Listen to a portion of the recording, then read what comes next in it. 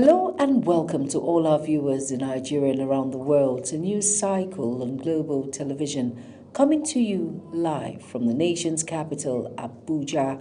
I am Jumai Manson. A quick reminder that Global Television is on DSTV channel 365 and Star Times channel 276. Now the news in full. President Bola Ahmed Tinubu has congratulated Nigeria's permanent representative to the United Nations, Ambassador Jimoh Ibrahim, on his election as chairman of the UN General Assembly Fifth Committee on Budget and Administration. The president described the appointment as recognition of Ibrahim's competence and experience, noting that it comes at a crucial period of financial reforms and institutional restructuring within the global body. Tinubu also expressed confidence that the Nigerian envoy would provide strategic leadership and make meaningful contributions to the committee's work on accountability, effectiveness, and long-term sustainability. The Senate has passed for third reading a bill seeking the establishment of a national agency for malaria elimination to coordinate nationwide efforts aimed at preventing, controlling, and ultimately eradicating the disease in Nigeria. The proposed agency, which was recommended by the Senate Committee on Health, is expected to operate through zonal and state offices and adopt a framework based on legislation, scientific evidence, and accountability. Senate President Godswill Akpabio described the bill as a major step in tackling one of Africa's most persistent health challenges, while sponsor of the bill, Senator Ned Nwoko, expressed confidence that Nigeria can achieve malaria elimination through sustained environmental management, vector control, and research. Over now to the presidential candidate of the African Action Congress, AAC, Omoyele Sowore, has called for the immediate release of the school children kidnapped in Oyo State.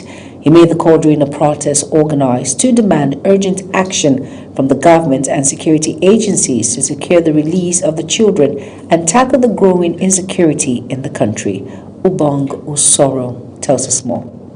The school children were reportedly abducted in Oyo State and has triggered widespread concern among parents, civil society groups, and concerned Nigerians. Leading the protest, Omoyele Sowore condemned the incident and criticized the government's response to insecurity. He stated that if the president cannot guarantee the safety of lives and property, he should resign from office. And that court proceeding was the reason we delayed a bit. Please, we are just going to wait for the banner and march peacefully towards this direct to live peacefully in this country. Yes! Our children have a right to go to school. Yes! Simply go and return home. Yes! Also speaking, Publicity Secretary of the African Action Congress, Rex Elanu, said the government must take decisive steps to secure the release of the children and restore public confidence in the nation's security architecture. We have come to a point in Nigeria where people are living in fear. People are already living in poverty. There's already so much hardship. There's already so much, everything about our system is dysfunctional. But the right to even exist as human beings, before we can talk about our hunger, our lack of electricity or healthcare or education, we have to even be alive as Nigerians. Christy Akija, a protester, called on the president to deploy all lawful means necessary to ensure the safe return of the kidnapped children. I'm here for our children that are kidnapped, that are held captive, and our teacher to be free. Because I'm also a parent. I feel the pain. I feel angered. I want the children to be free. The protesters demanded the immediate rescue of the abducted children and called for stronger measures to address the persistent security challenges facing the country. Ubong Usoro. Over now to the Federal Capital Territory Police Command has debunked reports of an alleged kidnapping incident at Phase 1 Primary School, Galakbala, Abuja. The FCT Police Public Relations Officer SP Josephine Ade described the claim as false alarm, stating that the incident prompted an immediate police response. The development, Ade said, have seen investigated and no such incident happened. Three members of the House of Representatives has defected from the All Progressive Congress APC barely 24 hours after 13 lawmakers announced similar moves. National Assembly correspondent Anete Patrick reports that Speaker Tajuddin Abbas read their letters during plenary. The report.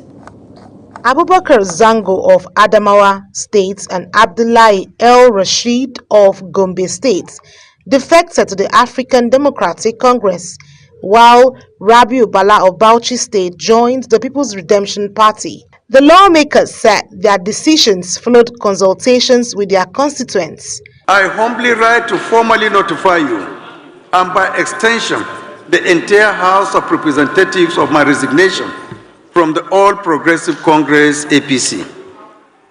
This is the political party under whose sponsorship I was elected as a member of the House of Representatives to represent the good people of Yola North, Yola South, and Gire. This resignation is effective immediately from the date of this letter. The decision has been reached after due consideration of my obligations to my constituents, my conscience, and the broader national interest. Also at plenary, the House adopted motions on insecurity in Ekiti and Taraba states, urging security agencies to strengthen protection for affected communities. Worried that as a result of the clash, additional attacks in from the bandits in the border areas of Plateau and Bauchi State has compounded the issue of what is happening in Karilami local government. I want to appreciate the security agencies who have moved it in time to stop this. But Mr. Speaker, sir, a lot of these victims need an immediate intervention from federal government. That the tragic incident highlights persistent security vulnerability in rural communities and place of worship and the growing boldness of criminal elements. Worried that such attack not only endanger lives and property, but violate citizen constitutional rights to freedom of worship and erode confidence in the nation's security architecture. The latest wave of defections underscores the shifting political landscape ahead of future electoral contests, with party realignments continuing to reshape the composition of the House of Representatives. As lawmakers seek new political platforms, attention now turns on how these movements could influence legislative dynamics and party strength in the National Assembly. From the National Assembly, Anete Patrick, Global TV News. Abubakar Zango. The National Executive Committee (NEC) of the Nigerian Democratic Congress (NDC) has rectified and endorsed the outcome of the party's nationwide primary elections ahead of the 2027 general elections. This was known in a statement by Senator Saraki Dixon. The decision was reached at the party's second NEC meeting attended by the NDC presidential candidate Peter Obi, his running mate Rabiu Kwankwaso, members of the National Working Committee, state chairman, party leaders, and stakeholders from across the country. The Federal Ministry of Environment has strengthened youth participation in the fight against climate change by equipping young Nigerians with practical knowledge on environmental sustainability, climate adaptation, and mitigation strategies. The initiative, which is through capacity building program, brought together youths, environmental advocates, policymakers, and energy experts to drive innovative solutions to emerging climate challenges. Obong Usoro reports. As climate change continues to pose growing threats to livelihoods and national development, stakeholders are rallying young Nigerians to take a leading role in advancing sustainable environmental solutions. Representing the Managing Director of the Rural Electrification Agency, Abba Aliu, the Executive Director Project, Ayoade Boyenga, stressed the need for increased youth involvement in alternative energy development, noting that solar and electric energy technologies remain critical to meeting Nigeria's rising energy demands and securing a sustainable future. So the deployment of renewable energy solutions such as solar mini-grids, standalone solar systems, and clean energy technologies, communities previously left behind are gaining access to reliable and sustainable electricity. Environmental facilitator Hawa Abubakar challenged participants to move beyond discussions and develop practical, innovative responses to the country's environmental and energy challenges. We're localizing climate education in Africa, and we're empowering every single grassroots climate activist with recognition for their climate action. Participants described the trainings as impactful and timely, saying it has strengthened their capacity to contribute meaningfully to climate action. We are here to showcase what is with our new intervention, which is life projects. I would say to them, they should try now, because there's no one day. The earlier you start, the better. And the more you improve, the more you connect and learn about it. The Conference of Youth on Environment and Climate is part of the ministry's broader efforts to build a generation of environmentally conscious leaders committed to sustainable development. Ubong Usoro, Global TV News. As climate change continues to pose growing threats to livelihoods and national development, the federal government has warned that climate change poses a growing threat to food security, livelihoods, and national security, urging Nigerians to embrace climate action and sustainable practices to mitigate its impact. The director of the Department of Climate Change at the Federal Ministry of Environment, Iniobong Abiola Awe, stated this during a dialogue organized for secondary school students by the Sea Circle Foundation to commemorate the 2026 World Environment Day. Represented by the Principal Scientific Officer in the department, Dalokbo John Ahigbe, Abiola Awe said climate change remained the defining challenge of the current generation, with far-reaching consequences for human existence.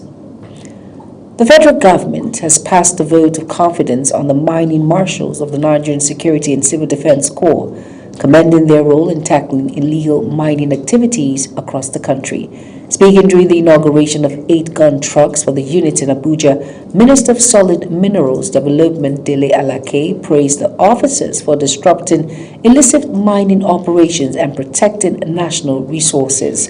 He also warned individuals attempting to intimidate or discredit the marshals that the government will not tolerate efforts aimed at undermining the sector's ongoing reforms. You are watching the live broadcast of News Cycle. News Cycle continues after this weather forecast, plus business, foreign and sports stories on the other side of this break. Please stay with us.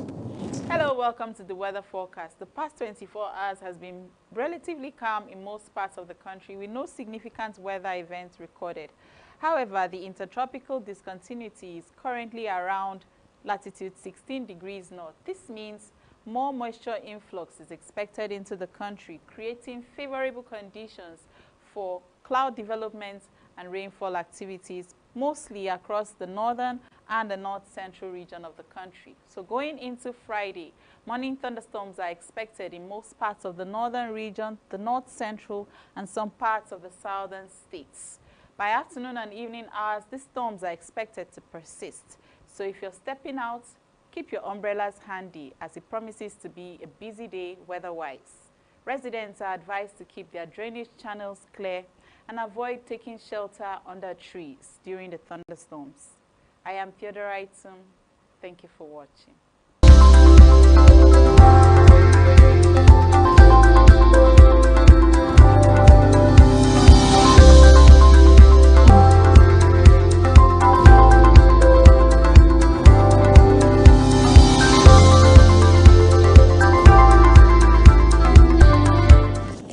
You're welcome back, and if you're just tuning in, this is News Cycle on Global Television. Thank you for staying with us. In business now, the federal government has urged Nigerian manufacturers to embrace quality innovation and operational excellence as key drivers of competitiveness on the African Continental Free Trade Area.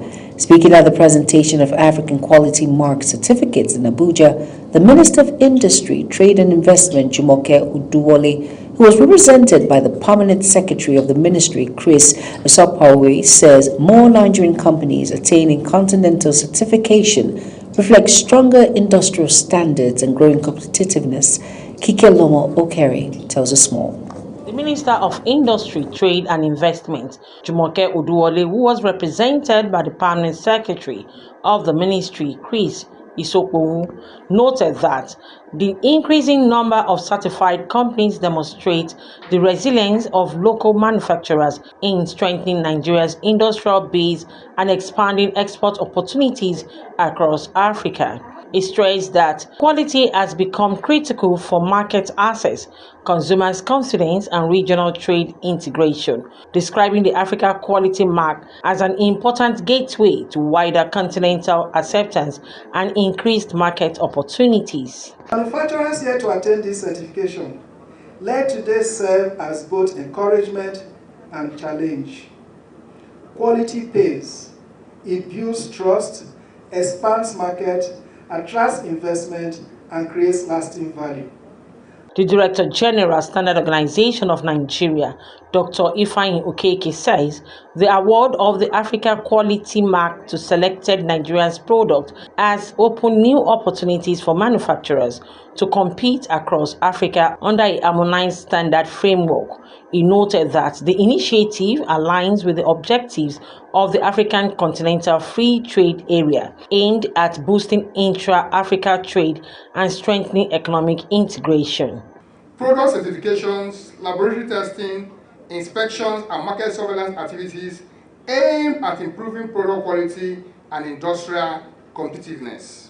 Former Kano State Governor Dr. Abdullahi Umar Ganduje underscores the importance of quality standards in driving Nigeria's economic growth and competitiveness. He noted that while Nigeria's large population guarantees quantity in production and human resources, the real challenge lies in ensuring quality across all sectors. We cannot rely on importation. Importation can be done on a short-term basis. If there is any problem in terms of availability of food, yes, importation can save the situation for a short period. But for a long term, we need to promote our local farmers so that they can produce, and then we have more rice mills, we have more other processing agents who are coming in. This will provide employment for our people. In an interview, one of the recipients of the Africa Quality Mark, Dr. Asia Abdullahi Umar Ganduje, described the recognition as a major boost for businesses and institutions, saying it will drive higher standards, strengthen customers' trust, and improve competitiveness across markets. According to her, the certification also serves as a motivation to sustain quality, expand market reach, and position Nigerian products and services more strongly within regional and global trade. Certification is a validation stamp for our product. It shows that from our farm to our milling process to your table, we have you covered. Our quality is top-notch. The high point of the event was the presentation of Africa Quality Mark for eligible made in Nigerian products. The presentation of Africa Quality Mark certificate is expected to boost the visibility of Nigerian products across the continent while strengthening the country's drive towards increased export, industrial competitiveness, and regional trade integration. Kike Lomo Okere, Global TV News. Central Bank of Nigeria has raised 1.457 trillion naira at its June 3rd Treasury Bill primary market auction, hiking stock rates across all tenures despite heavy demand, attracting 2.160 trillion naira in subscriptions, more than double the offer size of 1 trillion naira. This is according to the official NTB auction results published by the Central Bank of Nigeria, CBN. The CBN, on behalf of the Debt Management Office, DMO, offered 100 billion naira each on the 91-day and 182-day bill and 800 billion naira on the 364-day bill, with allotment dates such as June 4, 2026, while maturity dates fall on September 3rd, December 3rd, and June 3rd, 2027, respectively. Meanwhile, Central Bank of Nigeria and CBN has increased the maximum tuition fee remittance for Nigerian students pursuing undergraduate and postgraduate studies abroad to $25,000 per semester, up from the previous $15,000. The revision is contained in the CBN Foreign Exchange Manual 4th edition released. The bank says the update forms part of the ongoing reforms by the CBN aimed at improving transparency, liquidity, and confidence in the Nigerian foreign exchange market. The Nigerian Upstream Petroleum Regulatory Commission, NUPRC, says 2026 licensing round will commence in the third quarter of the year. The Commission Chief Executive Asen stated this at the regulatory headquarters in Abuja. A signed statement by the Commission's Head of Media and Corporate Communications, Eniola Akin-Kwotu, explained that ASN expressed satisfaction with the conduct of the 2025 licensing round so far, adding that the commercial bid will take place in July, after which the next licensing round will commence. And on the foreign news, North Korea has unveiled a new facility to produce nuclear bomb fuels as leader Kim Jong-un calls for an exceptional expansion of his country's atomic arsenal. During a visit to the facility, Kim said production capacity for weapons-grade nuclear materials was more than double its level of 5 years ago. Kim said the expansion is necessary due to what he referred to as the worsening security threat and a long-term confrontation with the most ferocious enemies, affirming his government's policy to increase his nuclear deterrence. Israel's ambassador to the United States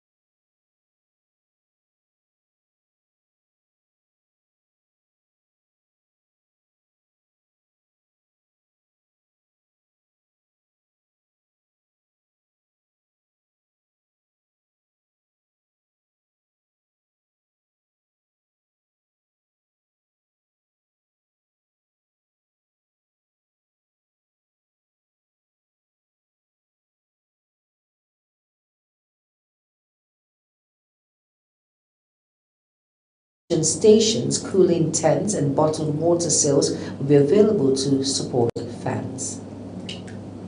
That's it on News Cycle. A quick reminder that Global TV is on DSTV channel 365 and Star Times channel 276. Kindly follow us across all social media platforms now showing on your screen by using @GlobalTVNG. I am Jumai Manson. Thank you for watching.